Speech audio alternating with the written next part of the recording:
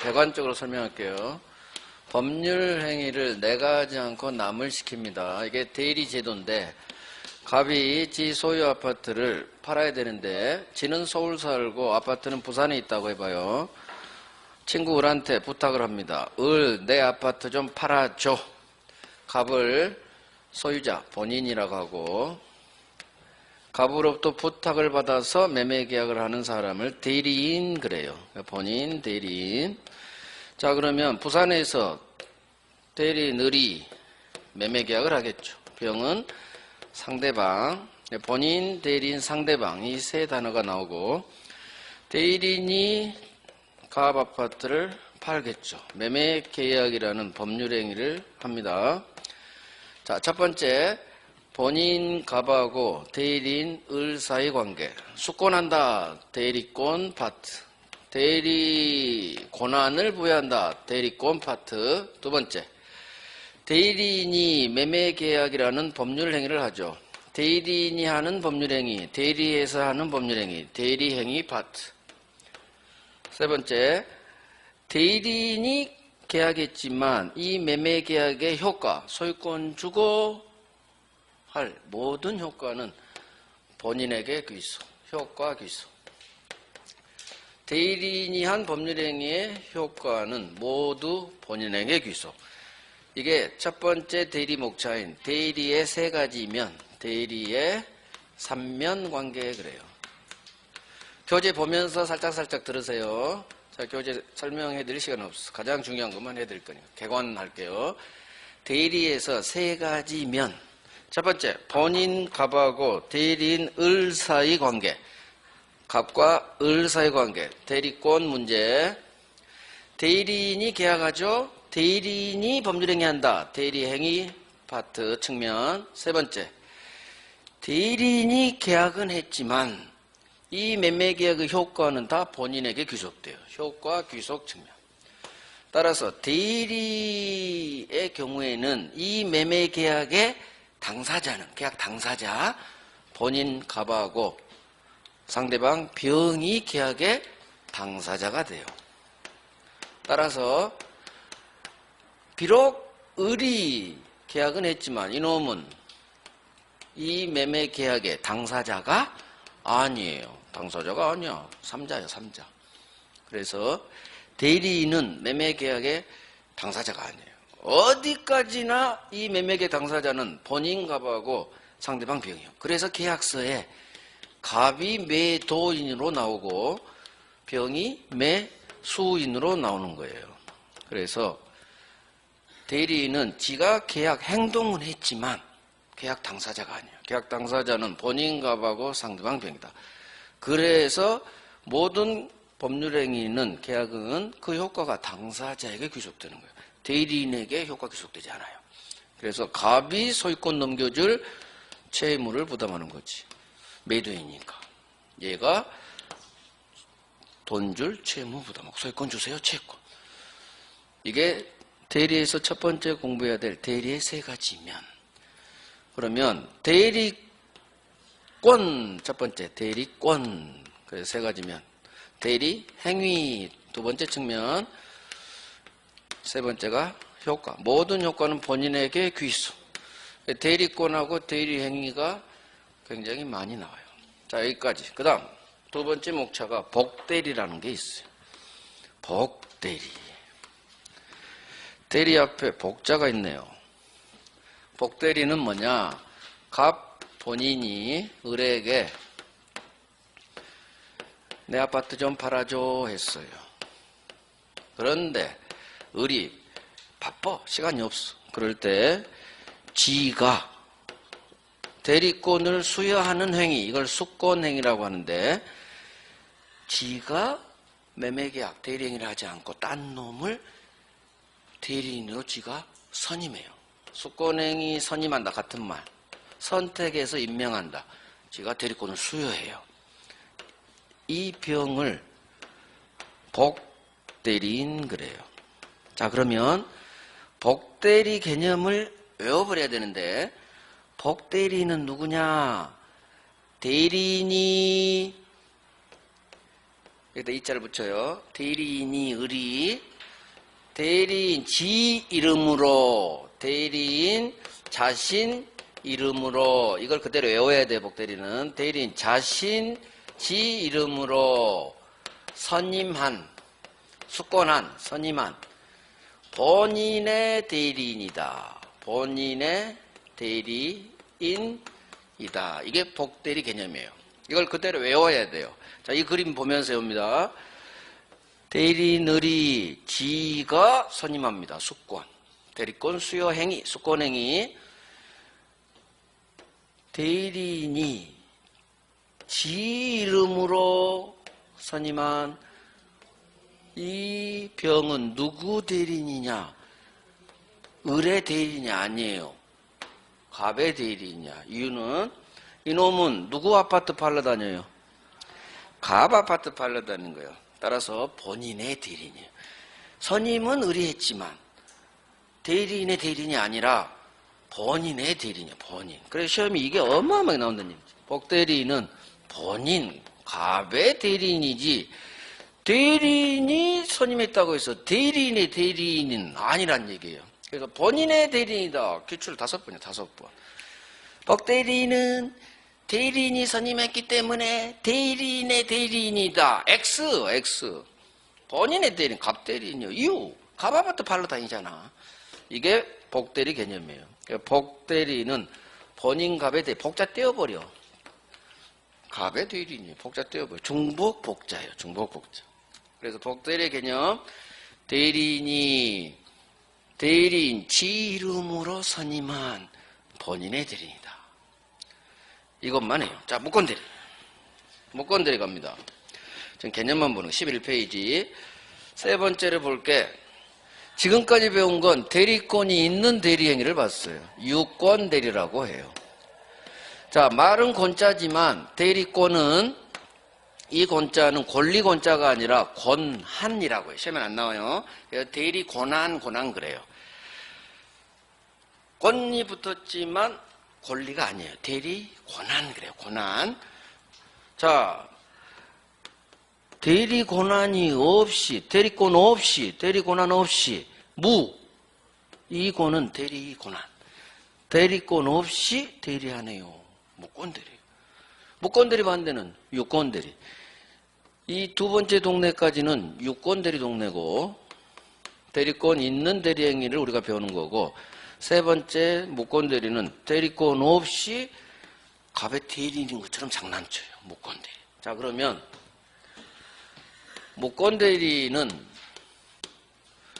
대리권도 없이 갑 소유 아파트를 지 마음대로 을이 대리권도 없이 무권대리인이에요. 무권대리인이 본인 허락도 받지 않고 본인 소유 부동산을 병한테 판단 얘기지.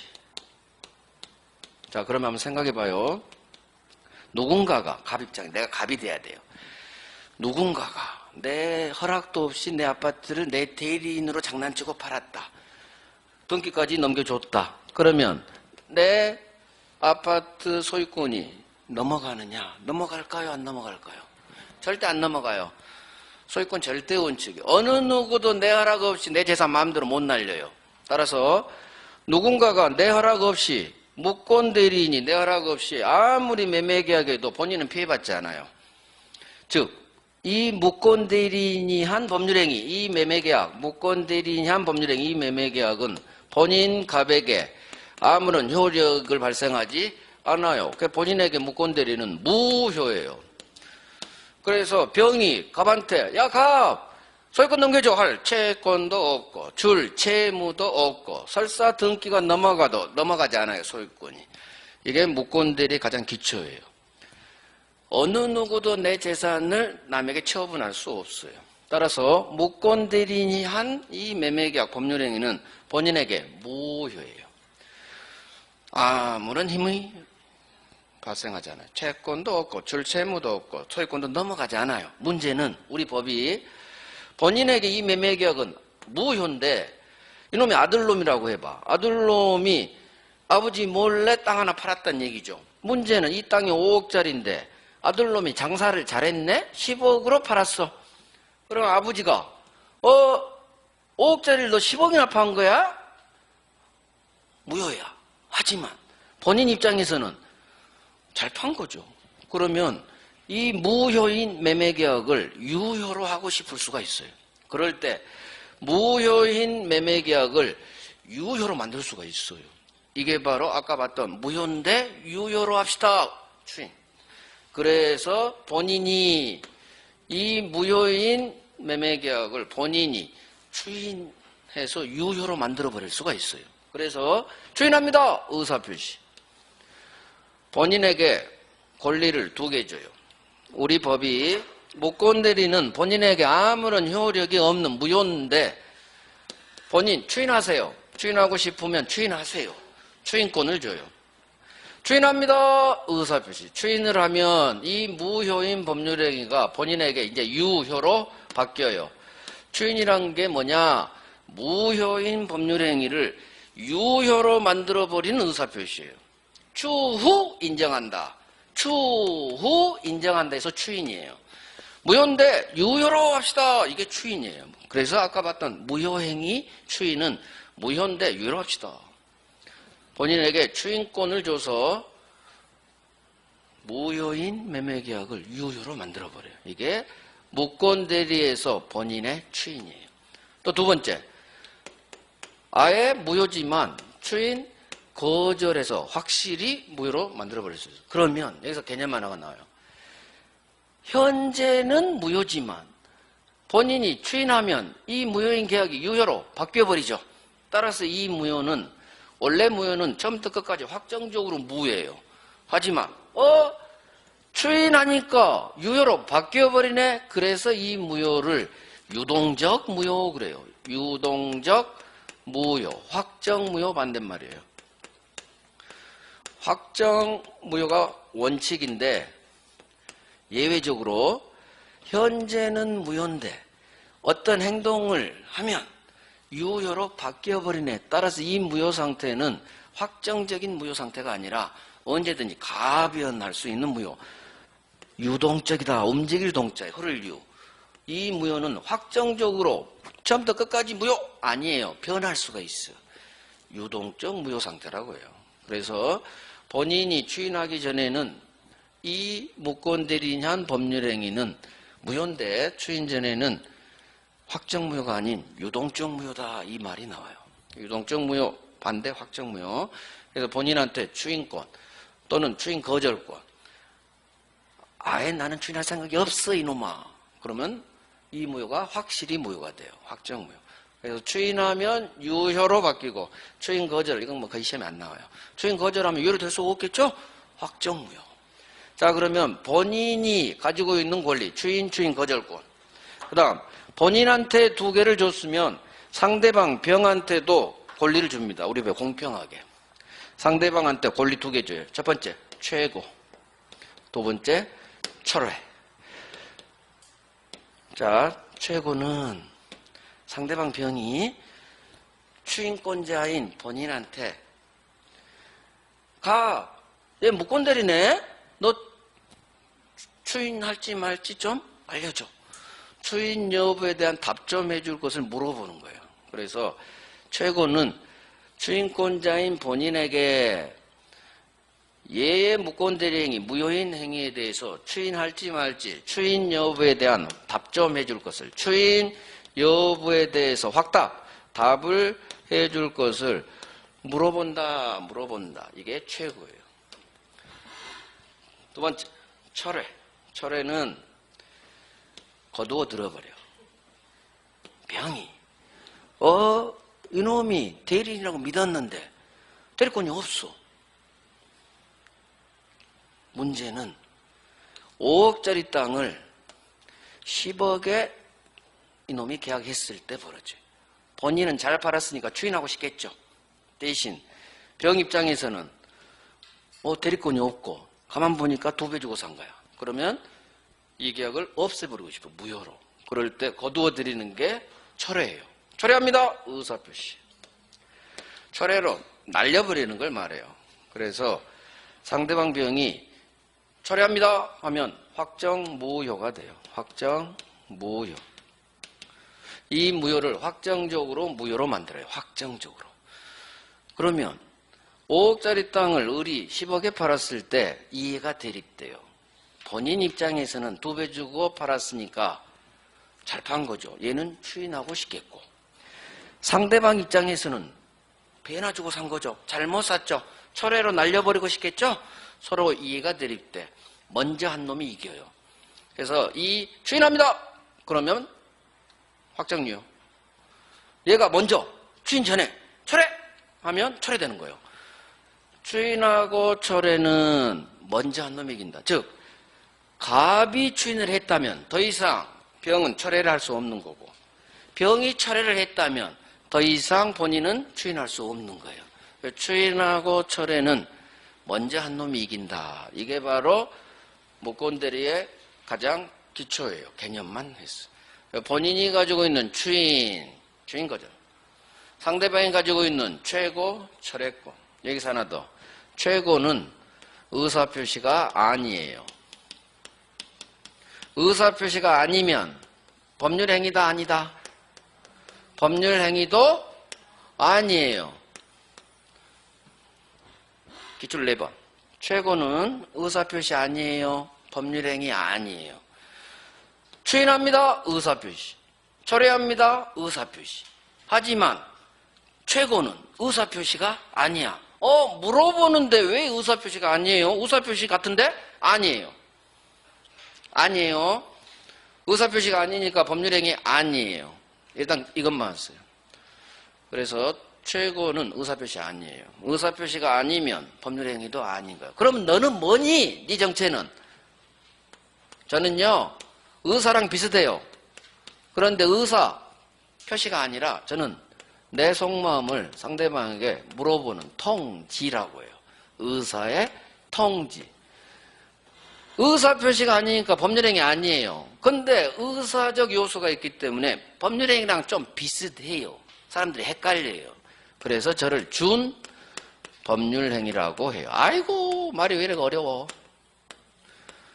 자, 이렇게 쭉 갑니다. 준 법률행위 시험에 나와요. 최고는 순서 이렇게 가야 돼요.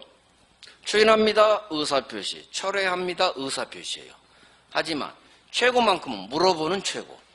물어봅니다. 추인할지 말지 알려주세요. 답점해주세요. 물어보는 최고. 독촉하는 최고. 아까 이행지체할 때 한번 최고하고 해제하겠죠. 똑같아.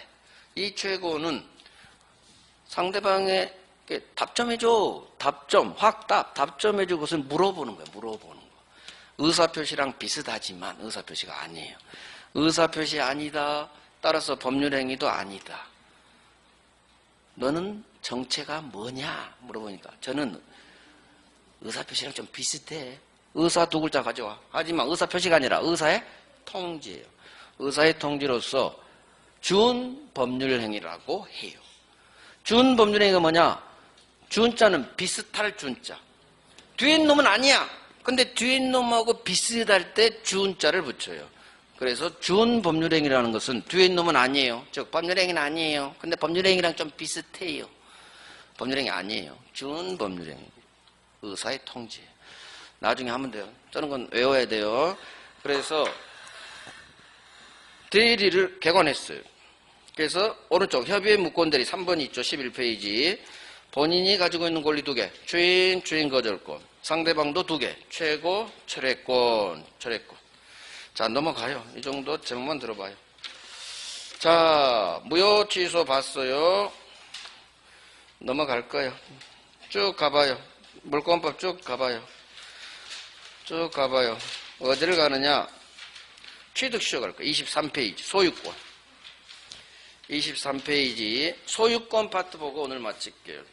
취득시효가 뭐고 공유란 게 뭔지 개념만. 자, 이제 물권법 강론으로 왔어요. 강론.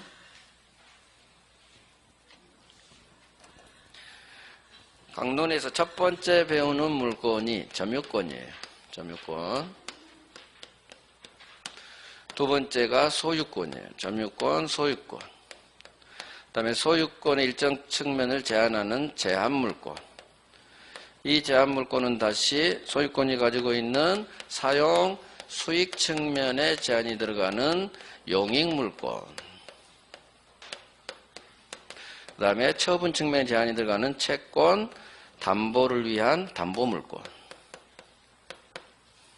용익물권에 지상, 지역, 전세가 있고요. 담보물권에 유치권, 저당권이 있어요. 자, 이 중 소유권. 소유권은 맨 먼저 상린관계, 교재는 없을 거예요. 상린관계라는 걸 배울 거고, 서로상 이웃린, 이웃 부동산 소유자 상호 간에 서로 도와가면서 살아라. 이게 상린관계. 두 번째, 취득시효. 세 번째, 부동산 부합. 네 번째가 공동소유 중 공유. 공동명의죠. 아파트 공동명의. 공유한다고 그래요. 그러면 소유권에서 배울 게, 소유권에서 두 문제에서 세 문제 나오는데, 상린관계, 취득시효, 부동산 부합, 공유예요. 일단 개념을 따지면 취득시효라는 게 뭐냐? 여기서 가장 중요한 건 당연히 취득시효하고 공유. 해마다 나온다 생각하면 돼요. 여기서 거의 두 문제. 가끔 쉴 때 상린관계 부합이 나오고 해요. 아니면 점유권이 한 문제 나올 때 세 문제가 여기서 나오고 그래요. 그러면 시효라는 게 뭐냐? 취득시 할 거예요. 앞으로 우리는 소멸시효를 굉장히 많이 들어요. 우리 시험 범위도 아니에요.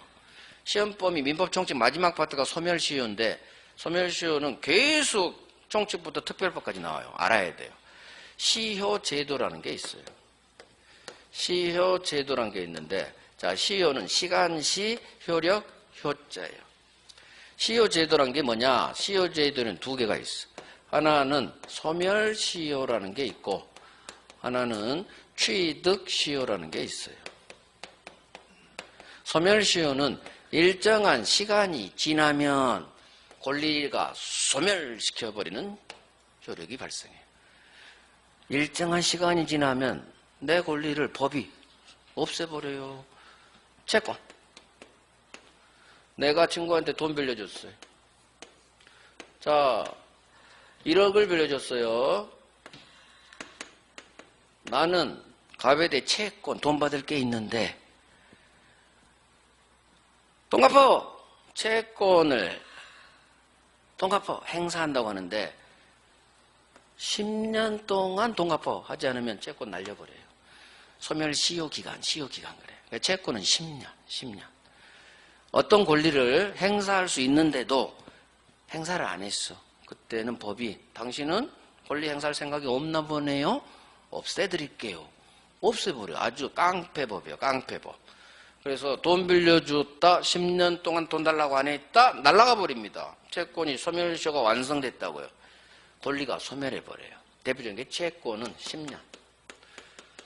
그래서 10년 동안 시간, 10년이라는 시간 동안 네 권리를 행사하지 않았다면 네 권리를 소멸시켜버릴 거야. 이게 소멸시효. 자, 그러면 취득시효는 반대죠. 일정한 시간이 지나면 권리를 취득하세요라는 효력을 줘요. 취득시효. 그러면 소멸시효는 채권 생각하면 돼요. 주세요 해야 되는데 일정이 안 하면 날아가 버리는 제도, 소멸시효 제도. 취득시효는 이제 예를 봅니다. 취득시효는 다시 종류가 두 개가 있어요. 점유 취득시효하고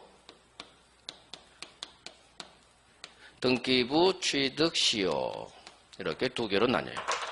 시험은 95% 10번에 9번 이상은 점유 취득시효가 나와요. 등기부는 거의 안 나와요. 그래서 점유 취득시효만 잘 하면 돼요.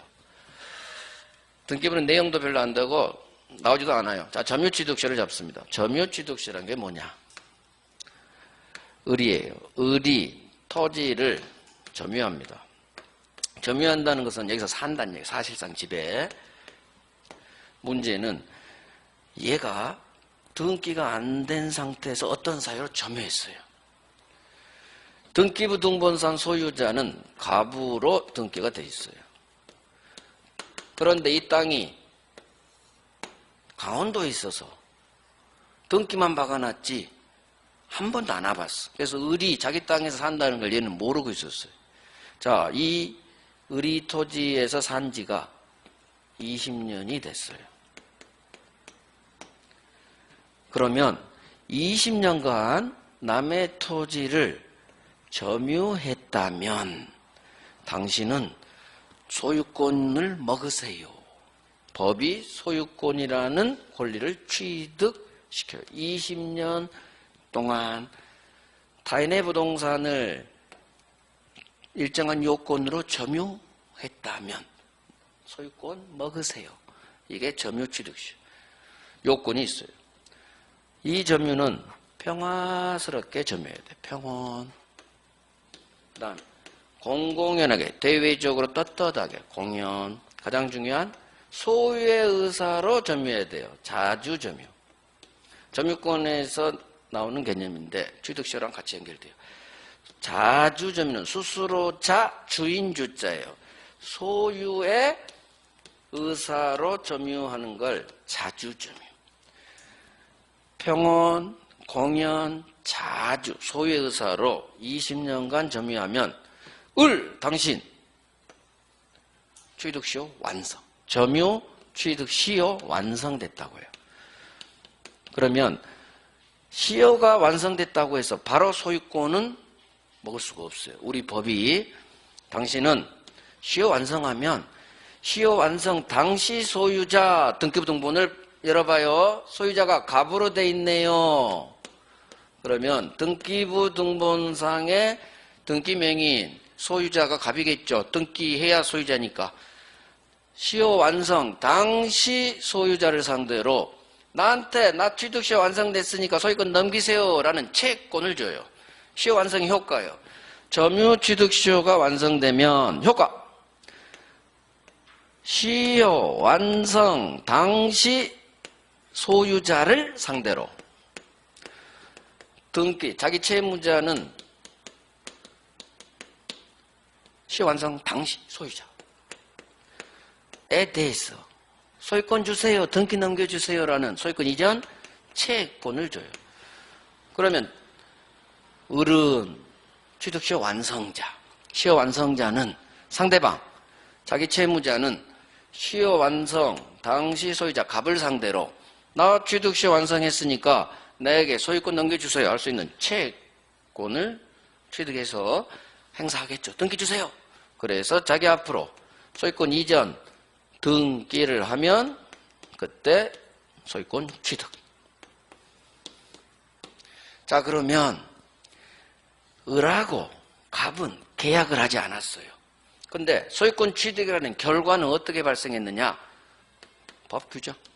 우리 법이 이런 요건을 갖추면 평온, 공연, 소유의 의사로 20년간 점유했다면 시효 완성. 채권이라는 권리를 일단 줘요. 따라서 채권 행사를 통해서 등기하면 소유권 취득이라는 물권 변동이 일어나죠. 이 소유권 취득 결과를 일으킨 건 법률행위가 없어요. 계약 없잖아. 법률 규정. 법률행위 없으면 무조건 법률 규정. 실제 법 전문이니까. 그래서 우리 법이 소유권을 먹여주는 거예요. 자, 그러면 법률 규정에 따른 소유권 취득은 187조에 의하면 등기 없어도 먹어야 돼. 근데 예외. 법률 규정임에도 등기해야 돼요. 등기해야 소유권이라는 물권을 먹어요. 왜? 법에서 등기하라고 요구했어. 법에서. 이 점유취득시효 법 조문에서 시효 완성한 것만으로 소유권 못 먹어요. 등기하세요. 등기해야 소유권 먹는 걸로 법이 또 규정을 해놨어요. 따라서 점유취득시효는 법률행위 아닌 법 규정에 따른 소유권 취득이지만 186조가 아니라 187조가 아니라 186조로 가요. 등기해야 186조 마치 법률행위로 취급합니다. 해당 법 규정에 따른 거예요. 법 조문이 등기해야 소유권 취득. 이게 점유취득시효예요. 자, 봐봐요. 법 조문 한번 볼게요. 23페이지 부동산 취득시효에서 첫 번째 점유취득시효 법 조문. 점유로 인한 제목이에요. 부동산 소유권의 취득기간 제1항 20년간, 기간은 20년 필요해요. 20년간 소유의 의사로 평온 공연하게 타인 부동산을 점유했다면 당신 취득시 완성. 대신 바로 소유권 취득할 수 없고 등기해야, 등기함으로써 등기해야 소유권 취득. 법이 먹여졌죠. 법률 규정이야. 법률행위 아니요. 그러면 187조에 따라 등기 없이 바로 소유권 취득해야 되는데 이 해당 법 조문이 등기해요. 등기하라겠죠. 그래서 을은 자기 앞으로 소유권 이전 등기를 할 때 비로소 소유권 취득이에요. 이게 바로 점유 취득시예요. 점유 취득시의 가장 기본 이거예요. 법이 정한 요건, 평온, 공연, 소유의 의사로 점유하세요. 그래서 점유 취득시요. 자주 점유, 소유의 의사 점유. 이거 되게 중요해요. 기간은 20년. 그러면 시효 완성. 점유 취득시 완성. 이것만으로 바로 소유권 취득은 못해요. 소유권 주세요라는 채권만 취득해. 등기 주세요. 등기 청구권. 을한테 등기 넘겨받았다. 등기해야 비로소 소유권 취득이에요. 이게 점유 취득시효의 가장 기본. 법정은 이거 외웁니다. 세 가지 요건 외워요. 소유의 의사로 평온, 공연, 점유. 소유의 의사에 의한 점유를 자주, 한자로 자주점유라고 해요. 둘 다 나와요. 자주점유도 나오고 소유의 의사 점유도 나오고. 기간은 20년. 가장 기본이에요. 자, 부합이란 게 뭐냐. 부합의 개념만 해볼게요. 부합은 부동산 부합인데 붙었다 이거예요. 부동산 두 개가 붙어버리면 소유자가 다른 물건이 붙어요. 갑소유 토지에 토지라는 부동산이죠. 그런데 어떤 물건이 붙어요. 을이 나무를 심어요. 그럼 붙었죠. 장착됐죠. 이 나무는 을 소유죠.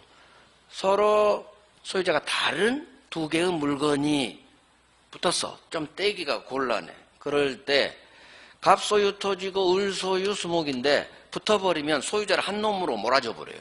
이게 부동산 부합제도예요.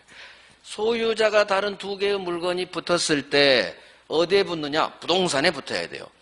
붙는 것은 부동산일 수도 있고 동산일 수도 있어요. 나무일 수도 있고 건물을 부동산에 올릴 수도 있어요. 어찌됐든 붙는 대상은 토지든 건물이든 부동산에, 그래서 부동산 부합이요. 부동산에 무언가 붙는 것은 동산일 수도 있고 나무 생각하면 돼요. 동산이 붙었지. 심기 전에는 동산이죠. 심으면 토지에 붙은 부동산이 돼요. 자, 서로 다른 소유자 물건이 붙었어. 떼기가 곤란해. 그럴 때 소유자를 한 놈으로 밀어버려요. 법이.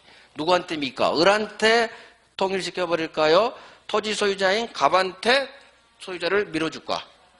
갑한테 밀어줘요. 부동산 소유자에게 소유권을 먹여버려요. 그래서 부동산에 부합한 물건은 부동산 소유자가 취득해요.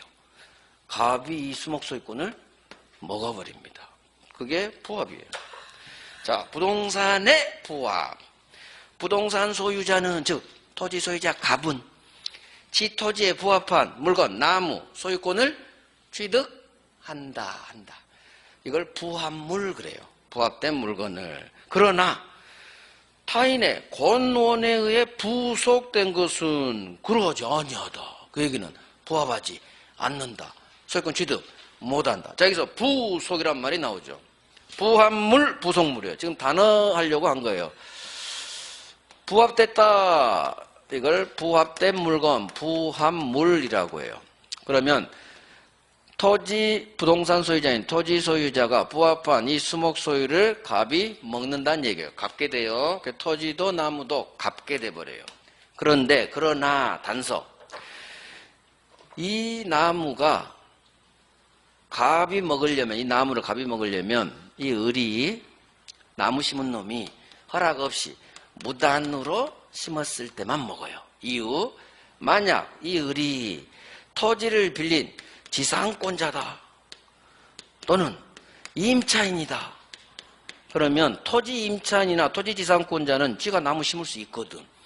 자, 지상권자가 건물 올리든 임차인이 건물 올리든 이 건물 나무는 누구 소유?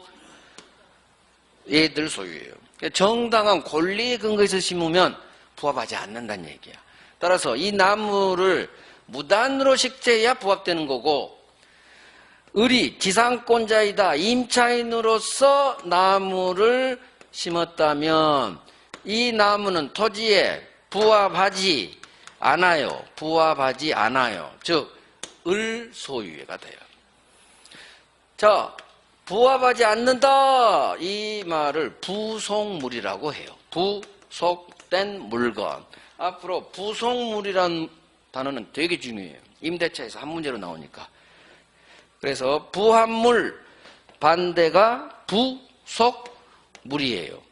부합된 물건, 부합물. 부속물은 권리자가 심었어. 그럼 부합되지 않아. 그 단어를 바꿔요. 부속이라고. 부속된 물건. 부합물 반대가 부속물이에요. 오케이. 이 정도 합니다. 부속물 들어봤어요? 부합물 반대요. 부합물 반대 부속물. 그 다음에 하나를 더 해야겠네. 공유를 하는 게 아니야. 점유권으로 가보세요. 앞에 점유권. 한 장 앞으로 가봐요. 한 장 앞으로 간 게 아니라 왼쪽 22페이지를 봐봐요. 22페이지. 비용에 대한 개념을 배워야겠어. 비용. 비용이란 게 뭐냐? 과실이란 게 뭐냐? 한 장 앞으로 가야겠다. 과실부터 설명할게요. 점유자와 회복자의 관계 21페이지. 4번 있죠? 4번 점유자와 회복자의 관계. 이거 설명하고 오늘 마칠게요. 앞으로 5분. 자, 봐봐요. 점유자와 회복자의 관계. 점유자와 회복자의 관계. 여기서 단어를 배울 거예요. 갑, 사례로 공부해야 돼요. 갑소유 건물을 을이 무단으로 점거합니다. 무단으로 점유. 이 건물에서 을이 식당을 해요. 식당. 1년을 했어. 자, 그러면 남의 건물을 무단으로 점거하면 돼요, 안 돼요? 안 되죠. 자, 이 무단 점유를 을은 본권이 없다는, 점유할 권리 없다는 걸 알면서 점유한 나쁜 놈, 악의 점유라고 해요. 자, 그러면 소유자인 갑이 이 사실을 발견했어. 누군가 내 건물을 무단으로 점거하고 살고 있어. 그럼 당연히 소유권 침해. 따라서 소유자는 무단 점유자를 상대로 소유권에 대한 반환 청구 들어가요. 나가, 돌려줘. 자, 이 소유자를 회복자. 자기 소유 물건을 회복하는 사람. 그 다음에 무단으로 점유하고 있는 이 점유자를 여기서 말하는 점유자. 이게 점유자와 회복자, 소유자 사이의 관계예요. 자, 그러면 소유자인 회복자, 갑이 야, 을, 너 임마 왜 네 맘대로 내 건물에서 사니? 나가. 소유권에 대한 반환 청구를 할 거예요. 자, 이때 나오는 문제가 있어요. 그러면 을은 건물 돌려줘야 되겠죠? 갑거니까. 돌려줘야 돼요. 문제는 1년 동안 남의 건물에서 살았지. 남의 건물에서 사용한 이익을 을은 취했어요. 또는 얘가 점거한 후 한 달 지가 살다가 세를 줄 수도 있지. 1년 동안 지가 사용했다. 또는 임대를 줘서 월세 2천만 원을 1년 동안 받았다. 이 문제가 발생해요.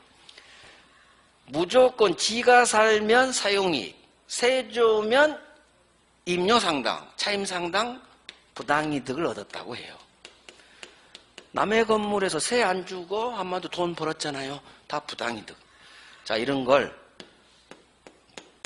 과실이라고 해요. 열매 과자야. 잘못 과자가 아니라. 즉, 과실한 건 뭐냐?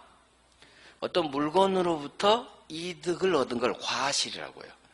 열매 먹었죠? 열매 과자. 어떤 열매를 얘는 먹었느냐? 사용한 열매. 월세 받은 열매예요. 그래서 지가 사용했다 사용이라는 과실. 세 줘서 월세 받았다 월세라는 과실을 먹은 거예요. 그러면 건물은 돌려줘야 돼. 소유자에게. 문제는 1년 동안 이거 돌려주느냐 마느냐가 발생하겠죠. 한번 생각해 봐요. 을은 1년 동안 받은 월세 2천만 원, 세배 받은 거 이거 갑한테 돌려줘야 될 것 같아요? 이놈 악이야, 악이. 안 돌려줘도 될 것 같아요. 돌려줘야지, 도둑놈이니까. 법은 도둑놈 부하지 않아요. 따라서 을은 돌려줄 때 악이 점유자라면 이 과실을 주인, 갑한테, 소유자에게 돌려줄 반환 의무가 있어요. 그래서 우리 법이 악이 점유자는 소유자에게 점유하는 물건 돌려줄 때 지가 취득한 사용이익 또는 월세 상당의 과실 반환해라 이렇게 규정해요. 문제는 악이 반대 선의가 이제 나와. 자, 을이 시간 길어지네. 지가 점거하다가 등기를 위조해서 병한테 팔아요. 5억 주고 사지, 병이. 입주해서 얘가 1년 동안 또 식당을 해요. 얘는 을로부터 등기가 돼 있어서 소유자로 믿고 산 선이에요. 선의의 병이에요. 선의자로서 점유하죠. 자기는 소유권이 있다고 믿고 점유합니다. 돈 주고 샀으니까 내가 이 건물 소유자로 믿고 1년 동안 살고 있었어. 그런데 갑이라는 사람이 찾아오는 거예요. 병, 이 건물은 을이 위조해서 당신한테 판 거예요. 내가 소유자예요. 따라서 소유권에 대한 반환 청구 들어와요. 이게 점유자와 회복자의 관계. 문제는 을은 도둑놈이 무단점거자이기 때문에 악이 개념 애웁니다. 본권이 점유할 권리 같은 말. 본권이 없다는 걸 알면서 점유. 그대로 외워요. 점유해서 악의는 본권, 내가 점유할 정당한 권리가 없다는 걸 알면서 점유. 본권 없다는 걸 알면서 점유. 악의. 이에 반해서 선의는 저 몰랐어요. 소유자는 얘죠. 나한테 소유권 왜 등기 무효니까. 위조 등기 무효, 내 등기 무효. 나 소유권 없어. 하지만 나한테 소유권이 없다는 사실을 몰랐지. 단순히 모르는 걸 선이라고 하잖아. 점유해서 선이 점유라는 것은 적극적으로 본권, 소유권 같은 본권이 있다고 믿고 적극적으로 본권이 있다고 믿어야 돼. 여기서는 단순히 모르는 게 아니라 저한테 소유권이 있다고 믿고 점유했어요. 그럴 때 선이요. 그래서 우리가 말하는 선의 악의하고 점유해서 선악 점유는 조금 달라요. 선의가. 이건 알면서 똑같아. 알았지? 몰랐는데 아니야. 적극적으로 본권이 있다 믿고 외워야 돼요. 본권이 있다 믿고. 자, 그러면 병은 돈 주고 샀기 때문에 자기가 소유자로 믿고 소유권이 있다 믿고 선의 점유야. 자, 그럴 때 우리 법이 1년 동안 얘도 월세 받았어. 2천만 원. 당연히 지 건물 아니니까 무효니까 건물은 넘겨줘요. 이 2천만 원 과실 얘는 사기의 피해자지. 을한테 사기당했잖아. 5억 주고 샀잖아요. 얘는 난리 난 거예요. 갑이 찾아오면 사기당하면 계속 피해가 발생해. 자기는 5억 주고 사서 잘 살고 있는 누군가가 나타나서 무효래. 매매가 무효가 됐든 위조 등기로 무효가 됐든 찾아오면 얘는 난리가 나는 거예요. 매매가 무효면 을 등기 무효, 내 등기 무효, 나 소유자 아니야. 돌려줘야 돼요. 따라서 위조 등기 무효, 내 등기 무효, 나 소유자 아니야. 따라서 돌려줘야 돼. 건물은 당연히 돌려줘야 돼. 문제는 1년 동안 세받은 과실 2천만 원이 문제예요. 사용이익 또는 월세가 퉁 쳐서 과실이에요. 같은 거. 우리 법이 당신은 이놈하고는 다르다. 이놈은 도둑놈이고 나쁜 놈이고 당신은 사기 피해자 아니냐. 선의 점유자를 보호해줘요. 그래서 당신은 건물만 돌려주시고 월세 받은 과실은 돌려주지 마세요. 그래서 선의 점유자는 과실을 취득한다. 즉 돌려주지 않아도 돼요. 선의 점유자는 과실을 취득한다. 이게 법 조문이에요. 법 조문. 자, 이제 여기서 하나 더. 비용이라는 게 있어. 비용. 병이 또는 을이 식당을 하면서 이 건물에 돈을 들일 수가 있어요. 이 비용은 두 종류가 있어. 보일러가 고장나서 보일러를 수리했네요. 보존했다 해서 보존비, 필요비 그래요. 두 번째, 장사 더 잘해보려고 이 건물의 인테리어 내부 공사를 해서 시가가 5억이었는데 내부 공사를 해서 시가를 1억 상승, 6억으로 1억 상승시켰어. 비용에는 이 두 종류가 있어. 필요비하고 유익비. 자, 유익비는 이익, 가치 증가액이 있을 때, 가치 증가액 5억에서 6억으로 뛰었죠.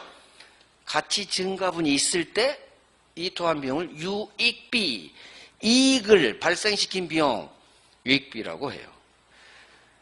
비용에는 두 종류가 있어. 필요비는 보존한 비용, 유익비는 개량한 비용. 개량비, 보존비 같은 말이에요. 필요비, 유익비. 문제는 병이 보일러 고치느라고 100만 원 지출, 또 5천만 원 공사해서 시가를 5억에서 6억으로 결국 1억 상승시켰죠. 가치 증가분은 1억이에요. 투하한 비용이 있죠. 유익비. 그럴 때